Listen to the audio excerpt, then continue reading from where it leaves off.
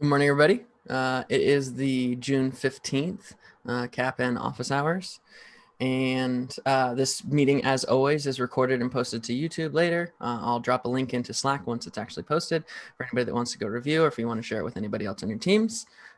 We have a couple items on the agenda that I know I've added. If anybody else has more items they'd like to talk about, we can bring that up. To give it, since it's just the four of us, to give a quick update. I picked up from Charles last week the VC CAPN integration. I have that mostly working right now. I'm working through a couple bugs in how the syncer actually picks up the proper kube configs and where that actually lands. You probably saw there's a couple issues that got filed, not just the ones that are called out in this document or in the agenda doc, but there's some future work for how we make this continue to work and continue to stay stable over time. And I have questions as well as about a little bit about those things. So I'll add some of those to the agenda. Yeah,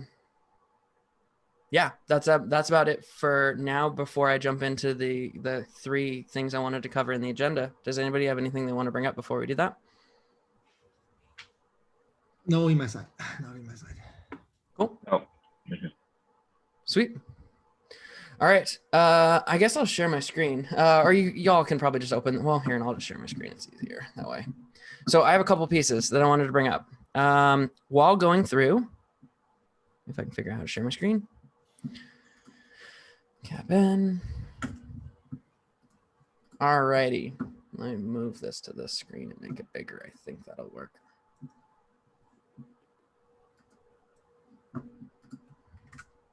All right, so a couple things that I wanted to add to the agenda. So as we were talking about this, and I talked a little bit with Charles last week about just to get some thoughts as I'm starting to look through how to do the integration points. So some things I wanted to bring up.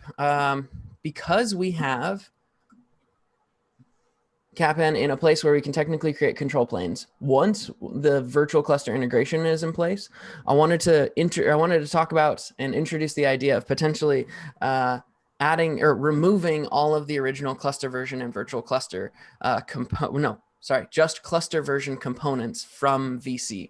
So you'll notice when I put in the pull request, you wouldn't have seen this yet, but in the new integration point with CAPN and VC, one of the fields that I've removed, which I'm curious how you all get around this at with the Ollie Yun backend or provisioner, is I've removed the need for, I've made cluster version name an optional field.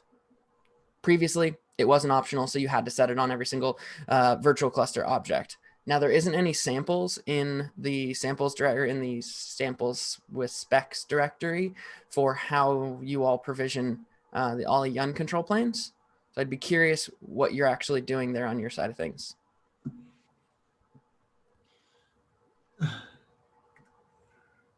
So you're saying that in the VC CRD, you make classification as optional, not mandatory. Exactly. Yeah. So it's a little bit of a change to the API. Luckily, it's not a breaking change, or it shouldn't be a breaking change realistically, because I'm just changing it. So it's optional. So anybody that's currently setting it, it's fine. It should be okay in our side. Okay.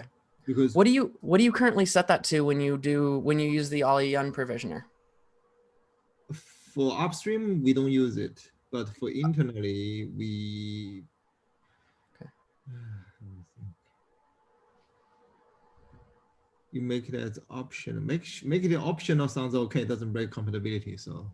Okay, cool. Well, that'll be in my pull request, because I have it like, yeah, no, I changed it already. I think at one point I was just playing with setting it as just saying Cappy in there instead, which is an okay way of doing it. It's just overloading the field value, and it doesn't mean anything in that provisioner.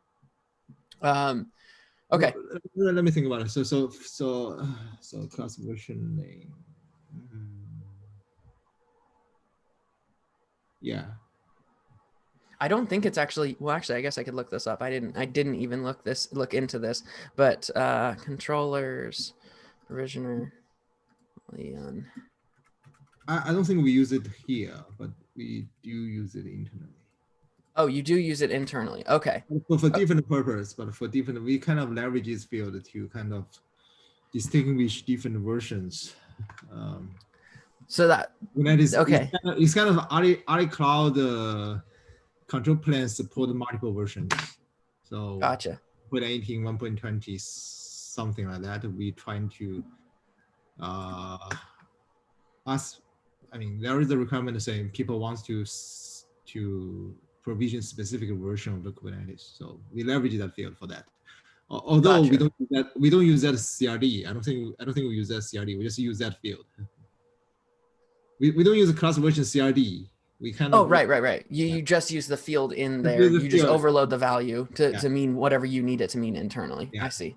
Okay, cool. All right. I mean, I can technically do the same thing and leave it as optional and force that you set it if you're using Cappy to set that as Cappy or something like that. Like you're already going to be setting the clusters Yeah, version outside of this. So I would suggest maybe just keep it as it, just set it for Cappy. I mean bogus value anyway. I mean just okay. All right, yeah. I'll do that. That's some good feedback. Okay, now moving forward from that, something I wanted to talk about is once we have the Cappy integration in place, we can technically remove the native provisioner. Correct? Would you all agree? My point is, I mean, if you remember the comment from what's her name, what if people just Right? yeah, right, yes. Yeah. That was basically saying, give me a templated way of doing this, and don't make me have to do all of the different CRDs. Yeah, yes, kind of. What's the problem of Qubit? Just difficult to. Well, I'm okay. cluster version to rename it, but I'm okay to rename it. I mean, don't put it as default. That's all fine. But I probably still think we can leave it. okay. I'm hoping to get rid of it because it breaks controller runtime. And I know that's a really lame way of saying it, but the spec is just so crazy. We can't actually like apply it to any new clusters. So all the 120 issues that we have, all of the, like any of the CRD making it way too big or the CRD size issues, all of those things that go along with trying to template it that way, I'm hoping to get away from by using this, which I should have probably put this first. So if you didn't see in Slack, which I think most of you did, or at least you responded to it, there is now, and this person, I'm not sure where they're from, but they're going and actually they already put in a pull request to update this. But if you go and actually use this to go create a cluster, you get a templated config. It's even, I don't know if I would call it simpler, but it's more boilerplate generated for you for actually creating a cluster by just doing cluster cuddle generate cluster with the cluster name. And then it uses this infrastructure provider, and that actually outputs all of the static manifests for your cluster. So technically, you wouldn't even need to even ever create manifests manually. You could just do this whole line and apply it to a cluster to create a new virtual cluster environment.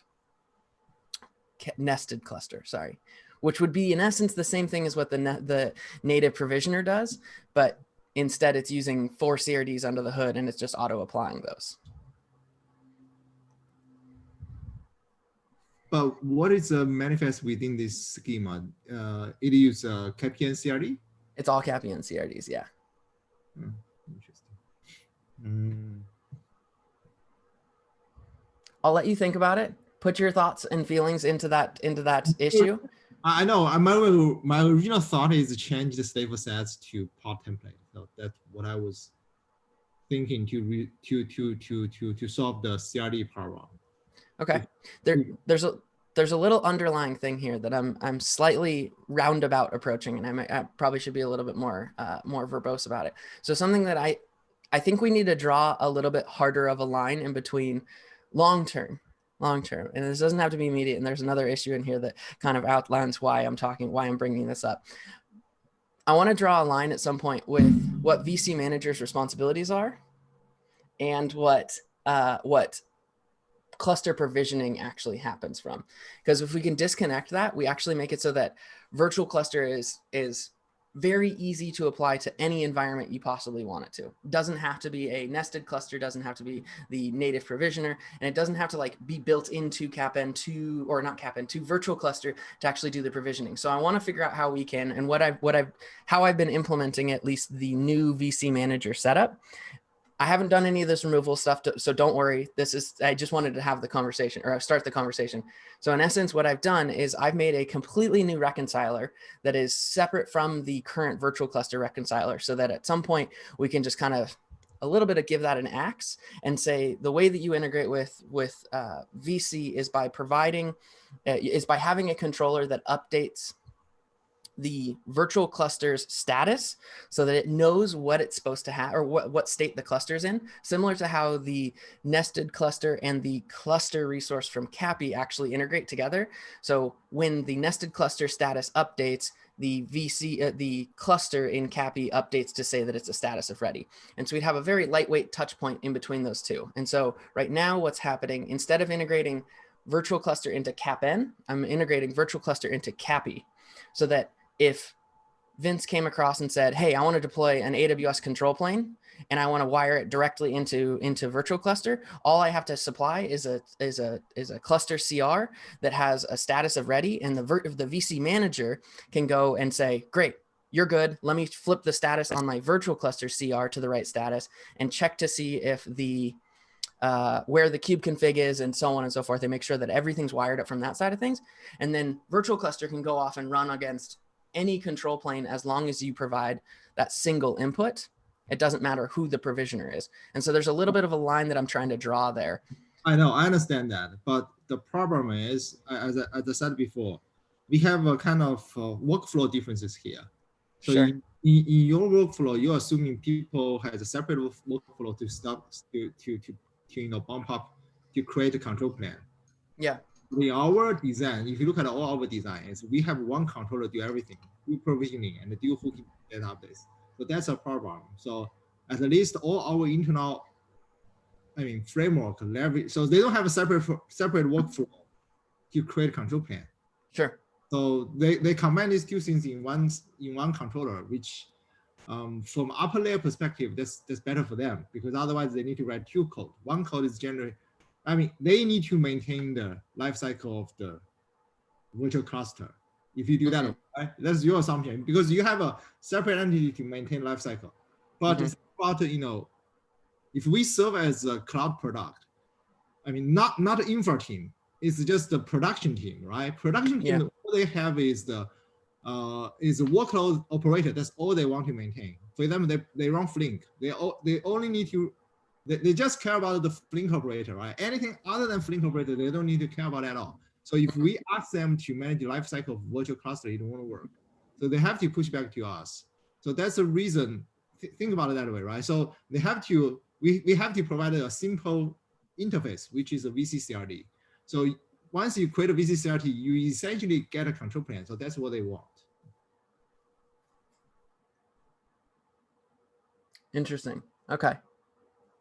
It's different from infra team, right? You guys as for infra, sure, you want to separate things because you want to separate it. But for the production team, they don't want to do that. And you essentially ask them to do two paths. One path control VC, one path hook VC to the endless thinker. Right. Yeah. That won't work for them. Okay. Okay. All right. Just keep it in mind. So I won't say that we should get rid of this. Both has a use case. I think it's valid use case. You as standards from KPM perspective, think about the class administrator from their perspective. It is completely okay to separate, because you will have a different workflow to control the VC anyway. Yep. But for a kind of self-management perspective, right? So you probably have a user doesn't want to have a dedicated control over the VC. They want to have a kind of on-demand kind of thing. I think the big separation there is two code bases in essence. Like that ends up being the big difference that we're kind of talking about, which is kind of the cell behind distributing and doing like the single responsibility principle across a lot of components within Kubernetes, and like how CAPI is in itself. It's just provisioning. It doesn't really do much more than provisioning and updating and managing cluster lifecycle. That's, I think, the approach that I'm trying to figure out how we can navigate ourselves towards. Definitely not saying we have to do this today. We can keep these things in there for a bit. I'm just trying to figure out how we converge that over time. Because like one of the things that makes this really easy is that command that I showed here. Where'd it go? Command that I showed here, we can actually have, and one of the things that I'll be adding with the current pull request to integrate virtual cluster and CAPN together is you can pass a flavor into cluster cuddle. And Scott, tell me if I'm overloading this, but this is my current plan. But my current plan is basically with the flavor field that you can pass into this, we can pass in VC, and it will use a virtual clusters template behind the scenes. Let me actually show what this looks like so that you fully know. So where this actually comes from, this is a pull request that was just merged. So this template, which you'll notice has just like environment variables extrapolated through it or interpolated through it. So this template is actually what gets applied, what gets pulled down when you use that cluster cuddle config generate or generate config. And so it uses this whole config. So this is the sample. This would be in essence like what is in the cluster, in the virtual cluster config samples with whatever. And so I'm going to make another one of these called cluster template dash virtual cluster. And then if you supply dash dash flavor virtual cluster into this command, it'll generate the manifest for you to automatically configure the CAPN cluster as virtual cluster and supply a virtual cluster CR so that everything gets wired together. So it's a similar experience of one command to bring up the cluster. It's just multiple CRs under the hood that make it all actually work together. And so I'm curious if that's something, if that kind of helps to solve the problem, even though it's multiple CRs, it's still a single command in essence to bring up a new cluster, and you just be orchestrating that command. That's okay. So Chris, let me ask you this. So in your workflow,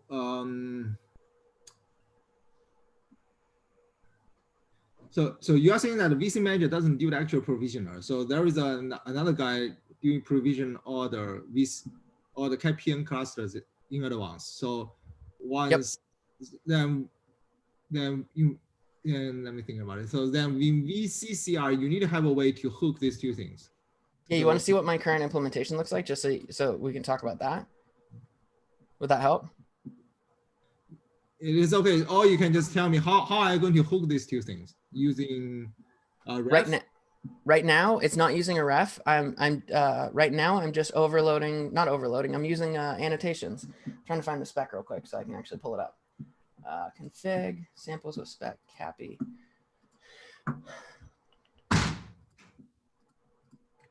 So stop sharing screen. Share screen. Let me share VS Code. So in essence, this is the CR that you currently take to apply to make a CAPI, or to hook virtual cluster up. And what makes this easy is I can template this like I was showing in that other template. I can just basically use this as the cluster name and this as the cluster name. And then within the syncer, it looks for this field, similar to the way that it looks for the bytes stored in an annotation. This one will basically just look it up from a secret. And then this just expects the name to be something so that you can go and grab the ref. And then the controller, what the controller is actually doing is, it's very simple. The implementation is nearly identical, except for that we check for cluster phased provision. And then if the cluster phase is provisioned, we just set the VCCR to cluster running. And then because we've set up both of those, everything just works. Yeah, I understand. Now I totally understand. So now in your model is the people, if people want to have a VC, they need to connect, they need to contact with you or contact with somebody that handles KPN first. Yeah, right? Yeah. In essence, I mean, it's creating, since we don't allow direct access to those clusters to create those CRs themselves, it's an API that's just in front of it that goes and just creates those CRs for you based on who you are. Does that make sense? So in essence, it's just like it's like a wrapper API around the VC and CAPI APIs. So customers don't. So a person, a physical person using the cluster isn't going to create the CRs. It's just going to be an API that in essence goes and creates those CRs and operates on them for you. So what is that API? Do you have it? Is that another CRD or is it a different system? No, it's not a CRD at all. It's just like an HTTP API that you can call and you can apply. You can CRUD your clusters that way. That separates the implementation details from what the actual users use. So then will that API specify things for Capian? Yeah. So right now it's doing the native CRs with VC, and the idea is and the reason there is we can continue to change the underlying implementation if we wanted to have behind the scenes. It's not a virtual cluster CR that's going and creating any of those resources. It's whatever the current implementation is. That's just give me a cluster, like a self-service API. Give me a cluster. I normally don't have access to talk to that Kubernetes cluster under the hood, and then it has a service account that does have the permissions to go create that, creates it on behalf of the user, and then goes and grabs, exposes a way to grab the kube configs. Yeah, the way out currently. So you want to switch back. You want to switch, so.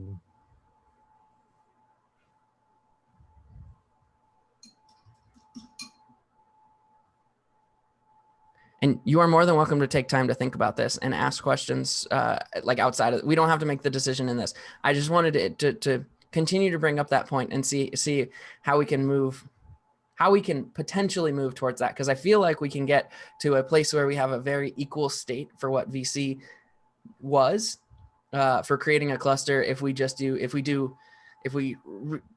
If we continue down that path and we could remove the entire native provisioner, then we still have the Aliyun in there. That's not a big deal. But over time, let's look towards how do we make it so that the VC manager's lifecycle is really just reliant on figuring out state instead of provisioning, is my theory. Because we're gonna conflict with the other tools that we're using in this space. For example, it would be really, basically in essence, what I'm getting at is it would be very interesting to see how hard it would be to take the VC manager code base that's currently in there for provisioning Aliyun control planes, wrap CAPI around it, CAPI's APIs around it, and then have a CAPI provider for Aliyun control planes. And then the integration point is the exact same between the two, whether you're AWS or whether you're Kappa, whether you're CapG, whether you're CapN, any of them, it's always just the cluster CR. I totally understand. I understand that point.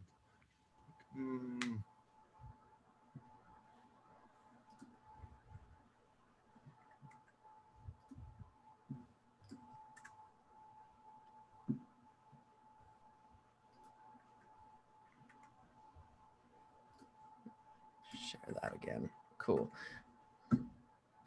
Yeah, like I said, keep noodling on it. No need to make any things. Yeah, the only other call outs I had in here were those two pieces. And then I just wanted to make sure that folks saw this if they didn't in Slack. The pull request is open if you want to read that doc. It just needs a couple of changes formatting wise so that it actually is like code formatted.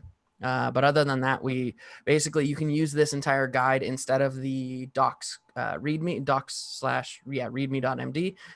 Instead of that file, you should be able to run through this and you'll get a CAPI control plane using the V1 Alpha 4 release of CAPI here. And you do have to change these. Scott, I would love I haven't heard back from Vince about this. I don't know why, if you build from, is it main? No, master in CAPI right now, because I haven't changed that. It doesn't actually, it seems to not default to the proper releases for these. So I had to override them. I'm not sure if you've ever had to deal with that. I think it's because it's still in beta. I think that'll only happen in GA that's going to change the default thing. Even if you build from master, that seems so weird. Whatever. Okay. I think so. I think I remember that in one of the CAPI meetings that they talked about that. Annoying. All right. Well, once this becomes a non-beta release, everybody as well, you won't have to do this cruft, which makes it even less. So then it becomes just download the latest release of cluster cuddle and then run these 2 commands or those 3 cluster cuddle commands, and you have a cluster that you can connect to, which is just kind of, in my opinion, sort of magic, and that makes me so Yeah, stoked. and I think it should be, and it's also planned for the next week or 2 or 3 for V1 Alpha 4 to become GA. It's within the next few weeks. Whoa, awesome. That's amazing. All right, I'm gonna have to get a and I think you guys official will date for that. probably be the first provider that supports V1 Alpha 4. Woo! Sweet. Because most of the other ones, because everyone else built on V1 Alpha 3, the migration from V1 Alpha 3 to V1 Alpha 4, where they have to deal with all the conversion webhooks between them, is something you don't need to deal with. Yep, that makes sense. And those are a pain. And there are a lot of breaking changes in V1 Alpha 4. Oh, really? So. Okay, I didn't realize that. I guess that's probably because we don't integrate with the control plane provider and the bootstrap providers as much right now. Exactly. Well, and the cluster class will be interesting also with the flavors once that gets merged at some point and happens, because that'll allow for other ways of doing the flavoring that can be very interesting just through kubectl applying, basically, instead of needing to use cluster cuddle for everything. Sweet. Okay, that'll be good. I know I've had that on my list to look at. If anybody else has, well, I don't have the link in front of me, but that's an interesting thing to look up as well. The cluster class. Vince was mentioning to take a look at it. I have this. I assume this is the right doc.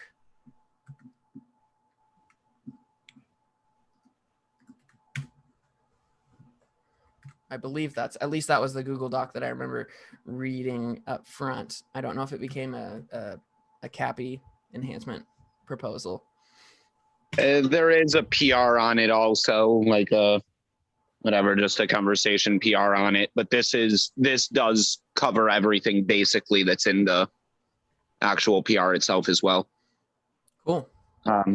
But yeah, no, when cluster class merges, it's going to take a few more versions of cluster class, but the general idea is that you'll be able to also upgrade a cluster by just changing the version value on the cluster object, which would roll out, or on the cluster class, and then that would be able to roll out to everywhere, instead of currently you have to change it on the machine deployment, on the KCP. You have to change it in multiple different places, create new kubeadm config templates if you're using kubeadm.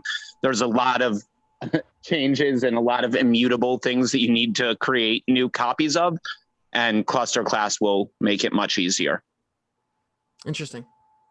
Cool. All right, that's good to know. All right. That gets through my 3 items. Is there anything anybody wanted to bring up? I'm basically trying to finish up and get that pull request up so that other folks can take a look at the integration points and make sure that I'm not crazy on that. But other than that, what else does everybody have? For the provisioner, so is this okay to make the default provisioner as an option? It's not we can add a vSIM manager add a self-service mode. It's like an argument. If you do self-service, we can keep the native code.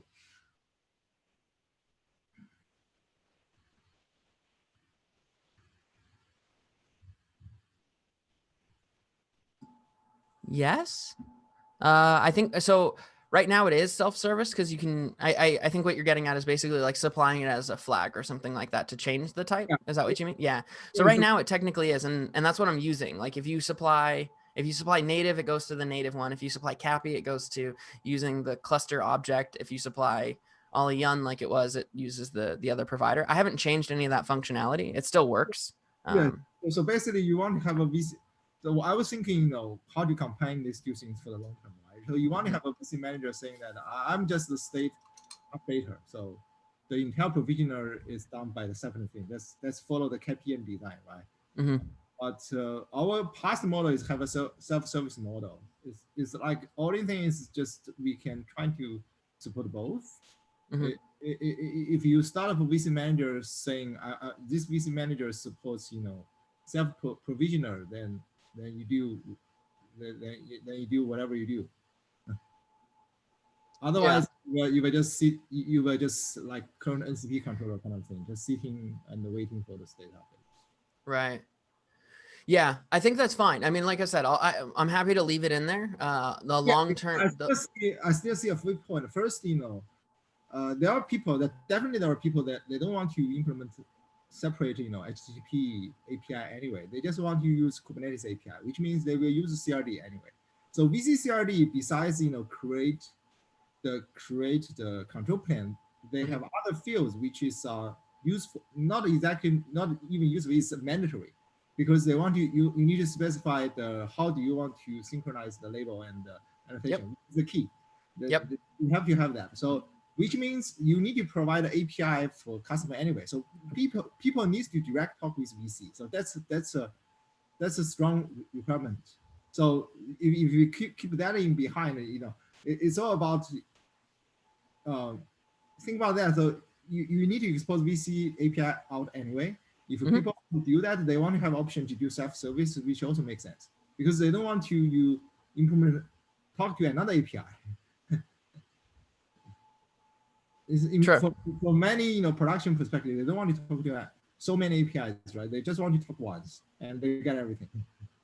Sure. Yeah. No, that makes sense.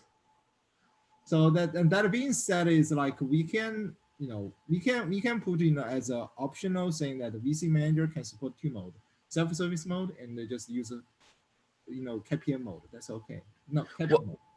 What would be the two? So under self-service, oh, I see. You're basically saying so additionally from what the flag that's called master provisioner, you'd basically break that out. So you'd have master provisioner has two fields still under it, and then you'd have a separate field that is self-service versus, or this is like provisioner versus not. The self-service you got all the provisioner. So if you don't have self-service, then you don't provision anything. Only you say yourself is a self-service VC manager, then you can provision basically using provision native or provision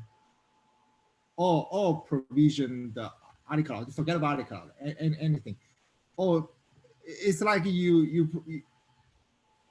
I mean, ideally from separation perspective, you should write two things. Control plan, you have a separate controller to provide AWS, you write it all. Then you integrate it. So then that's one workflow. Hopefully use Cappy. Alternatively, people are saying that, like the way that I want to do self-service, I use one. Because from API perspective, it's already working this way. They don't, essentially, they don't need to, they probably just want a Kubernetes version. That's all they want.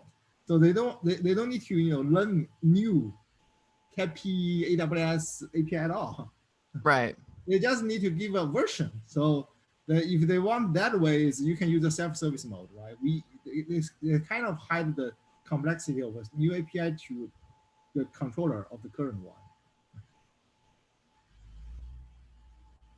Okay. All right. If you think it is okay, or just completely separate out. We leave two version, but I would worry we are that close in the divergent code somehow. Yeah. No, yeah. So you know what I'm saying? We keep it and that's completely new version of VC just for the capping style. Yeah, that part. I don't want to diverge and cause a bunch of issues later.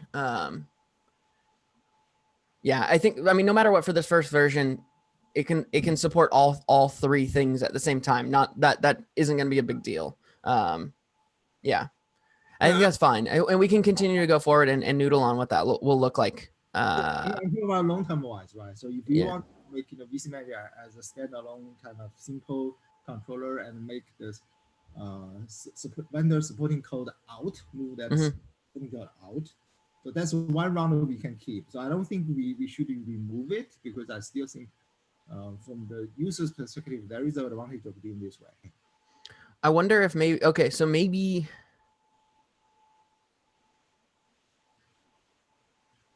So I guess potentially then what I could do is instead of having VC manager as a hard dependency within, which it's not, I guess technically it's not, as long as you have a VC CR and you update that, I could make an entirely new controller and command directory that is like, what you're getting at is like self-service or is CAPI based VC manager, entirely separate code base from VC manager. Everything stays in the same. That's okay, but I'm just worried about the code divergence to break something. So right. maybe Well, for now. Yeah. Yeah, let me. Okay, we'll do the first release while it all just merge together, and then we'll talk about how we can break that out in an issue, and maybe do like a design doc on to feel out all the pros and cons of it. I think we probably need to evaluate what risks we have if we do break it down. So I would suggest actually just do the old way for now, at least with integration, and let us run for a while. Let's say run a month or 2 months to run some instance to see if you have any problem. So if that code base is pretty stable, now we can figure out if we want to separate it out. I mean, we have a low risk because at least we have a stable version anyway. So when we do separation, and we can think about, how do you do the new VC manager design, but don't break the old ones. Sure. Yeah. My concern that I'm going to come up on is the second we start to do the releases aspect of this that uses controller gen to go generate all of the CRDs and all the files and everything, and try to integrate that in so that it can so we can have a release that gets provisioned easily for CapN and have all of the manifests ready so that you could just apply everything to the cluster. We're going to end up in a place where we have to do a bunch of patching of those CRs like we were before, or basically ignore controller gen and just use the static ones, which are going to diverge over time as we add and change fields. We should, we need to resolve that cluster version CRD problem anyway.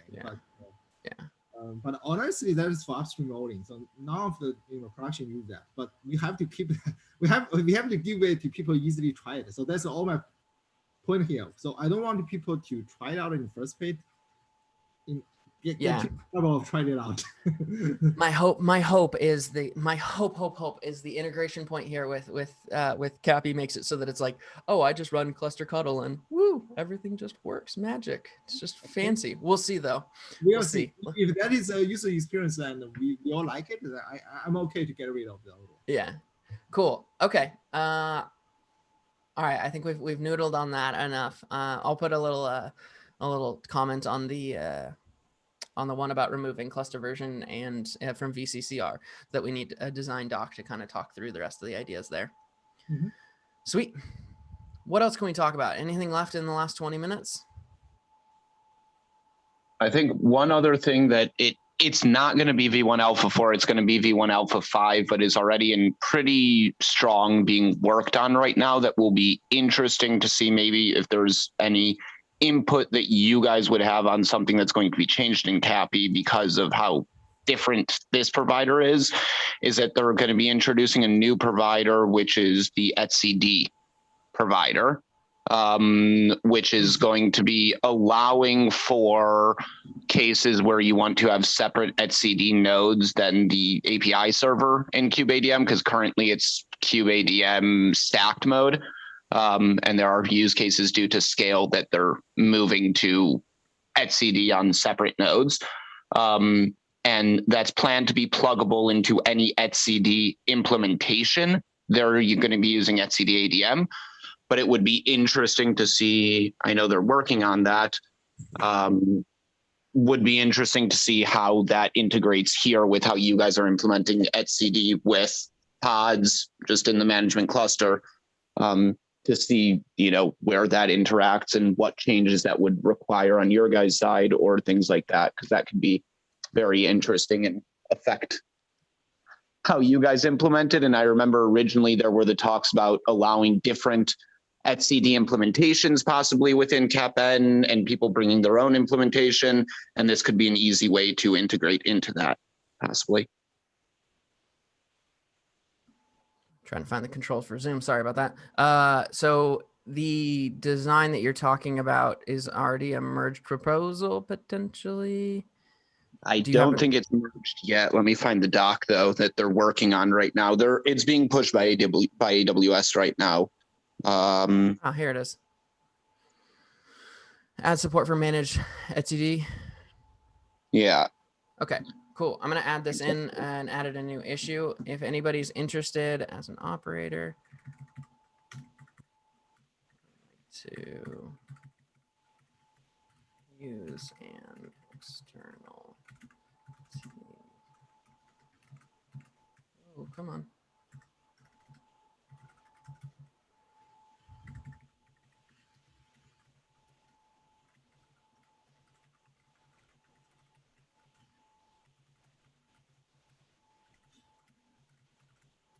Cool. And So is there going to be API changes for this in CAPI? It's not clear. It's going to be in V1 Alpha 5, and I believe it is going to be an API change. It's going to change the contract basically between the Bootstrap provider and CAPI. There's going to be additions to the contract between core CAPI and the Bootstrap provider and the etcd provider on who is in charge of updating which fields on the etcd keys, secrets, and all of the different values for etcd. So there are plans on changing the contract here a bit, which is why it was pushed off from V1 Alpha 4 to V1 Alpha 5, because of the need for static endpoints and cluster API using DHCP. This is waiting on implementation for another change that's going to happen in V1 Alpha 5, which is the load balancer provider, making the Cube API load balancer a pluggable system. Instead of like on AWS right now, you only have what AWS provisions, which is one type of their load balancer, but you have 3 there. And the idea is to also allow like F5 to come out with their own load balancer provider that could work anywhere, or to use with VMware Cloud on AWS to be able to use an AWS load balancer there, and things like that is where it's coming from. But there's an idea also of a service-based one where it would be just a service type load balancer in the management cluster, and then creating endpoints in the back end for machines. There are a lot of different ideas on different providers, but because they want the load balancer provider to be able to create a static endpoint for etcd that could then be added to the Cube API. So that's why it's kind of being held back from V1 Alpha 4 till the next API change, which is around end of year planned. So that will be a big change. That last, and then that's planned to be the last version of the alpha releases of CAPI, and then it should be moving to V1 Beta 1 after that. awesome. Thanks for bringing that up. I wonder as well, the load balancer provider doesn't really have much to do with us. I don't think. It's probably something for us to pay attention to just in case it matters on any clouds. No, it really comes down to the clouds that are going to be implementing those. So I think we can probably stay away from that. If you want to add any more. How are you currently doing the load balancer for the API server? Just a service above the pods, which is cluster IP, or load balancer type? Is it pluggable? What type the service is? It's technically pluggable. Right now it's cluster IP in the cluster. That's why we have to do port forwarding to actually get access to it. But can be node port, could be type load balancer, what have you. Those are just configs that we haven't fully opened up yet because we didn't implement the whole patch API. Okay. Yeah, because that'll be interesting, because that would, in the end, because it's going to be a change where that's a necessary provider, all that provider would be is what's creating the service. You would have a basically very simple control that would just create a service and reconcile a service that you have to do nothing on. But there's going to be a contract for the load balancer provider that basically taking it out of the infrastructure provider and moving it to a separate provider. Interesting. So yeah, I don't think this affects our NCP controller. NCP just need an IP. So this can be virtual IP or whatever IP, not part of, maybe the control plane. So are we, so we are using V1 Alpha 4 control plane API, right? please correct me if I'm Yep. wrong. Yeah, so unless they change that. Right. It's not going to change in V1 Alpha 4. It's going to change in the next API version, which is when the load balancer was meant to be in V1 Alpha 4, and then the main guy leading that was pulled off to other things and stopped working on it. So Interesting. So it got pushed off to V1 Alpha 5. We may change the way to grab the IP. There's going to be some changes on the cluster CRD spec in terms of what it expects there. And there will be another object called something like cluster load balancer or something like that, which would be a core CAPI object. And then there would be the provider specific object of the load balancer, which in your case may be able to be just a service. And you may not need a separate CRD for that. I'm not sure. It may be able just to be a V1 service.